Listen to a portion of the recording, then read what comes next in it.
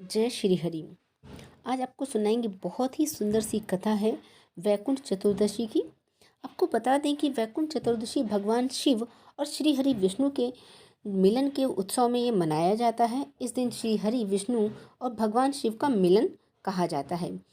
इस दिन इस मिलन पर दोनों भगवान एक दूसरे की पसंद की वस्तुओं को अर्पित किया जाता है। दोनों भगवान को, भगवान शिव और भगवान विष्णु को एक साथ वैकुंठ चतुर्दशी पर उनकी पूजा की जाती है। इस दिन दिवाली की तरह दोनों ही देवताओं का मिलन उत्सव मनाया जाता है। वैकुंठ चतुर्दशी की कथा कुछ इस प्रकार है। एक बार राजा बलि भगवान विष्णु को अपनी भक्ति से प्रसन्न कर अपने साथ उनको पाताल लोक ले गए। उस दिन आषाढ़ मास के शुक्ल पक्ष की एकादशी तिथि थी। 4 माह तक वैकुंठ लोक श्री हरि के बिना सूना रहा तो सृष्टि का संतुलन गड़बड़ाने लगा। तब माँ लक्ष्मी विष्णु जी को वापस वैकुंठ लाने के लिए पाताल गईं। इस दौरान राजा बलि को भगवान विष्णु ने वरदान दिया कि वो हर साल 4 माह के लिए उनके पास पाताल में रहने आएंगे।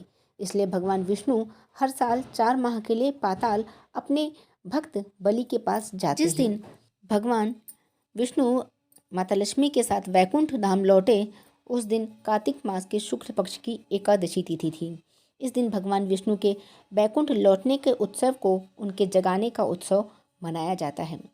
कार्तिक शुक्ल पक्ष की एकादशी तिथि को श्री हरि को जगाने के बाद चतुर्दशी तिथि को भगवान शिव की पूजा के लिए काशी आए थे। इस व्रत की कथा का उल्लेख सनत कुमार संहिता में कुछ इस प्रकार से दिया हुआ है। सतयुग में कार्तिक शुक्ल चतुर्दशी के दिन वैकुंठ के अधिपति भगवान श्री विष्णु वैकुंठ से वाराणसी आए थे। ब्रह्म मुहूर्त में मणिकर्णिका घाट पर स्नान करके 1000 कमल पुष्प लेकर परम भक्ति से भगवान शिव का पूजन करने के लिए पहुँचे। उन्होंने कमल पुष्पों से भगवान शिव का पूजन आरंभ किया। वे मंत्रोच्चारण के साथ एक एक करके कमल पुष्प शिवलिंग पर चढ़ाते गए। जब 999 कमल पुष्प चढ़ा दिए तब भगवान विष्णु चौंक गए क्योंकि 1000वां कमल पुष्प नहीं था। भगवान विष्णु ने इधर उधर देखा। उन्होंने उस कमल पुष्प को खोजा लेकिन वह उनको वहाँ नहीं मिला और मिलता भी कैसे। उसे तो स्वयं भगवान शिव जी ने बहुत ही चतुराई से भगवान विष्णु जी की परीक्षा लेने के लिए छिपा दिया था। अब तो भगवान विष्णु परेशान हो गए, कैसे शिवलिंग पर 1000 कमल पुष्प चढ़ाएंगे। अंतिम कमल पुष्प शिवलिंग पर नहीं चढ़ाया तो उनके संकल्प अधूरा रह जाएगा और यदि वो कमल पुष्प लेने जाते हैं तो उनका आसन भंग होता है। इसी उधेड़-बुन में विचार करते हुए उन्हें यही सूझा कि मुझे लोग जो है कमल नयन कहते हैं। चूँकि मेरे नेत्र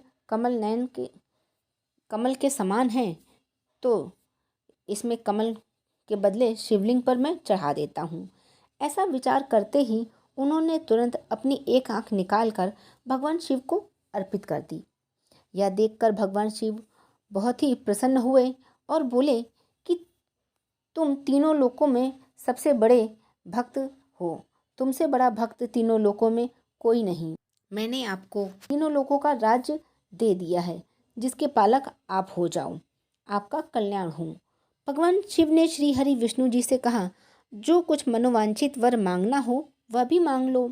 इस पर विष्णु भगवान बोले, आपने मुझे तीनों लोकों की रक्षा करने का आदेश दे दिया है, लेकिन मैं दैत्यों को कैसे मारूंगा। शिव जी ने कहा, इसके लिए मैं आपको सुदर्शन चक्र दे रहा हूँ, इसे आप ग्रहण करो और इसके द्वारा अतिताई दैत्यों का संहार करो।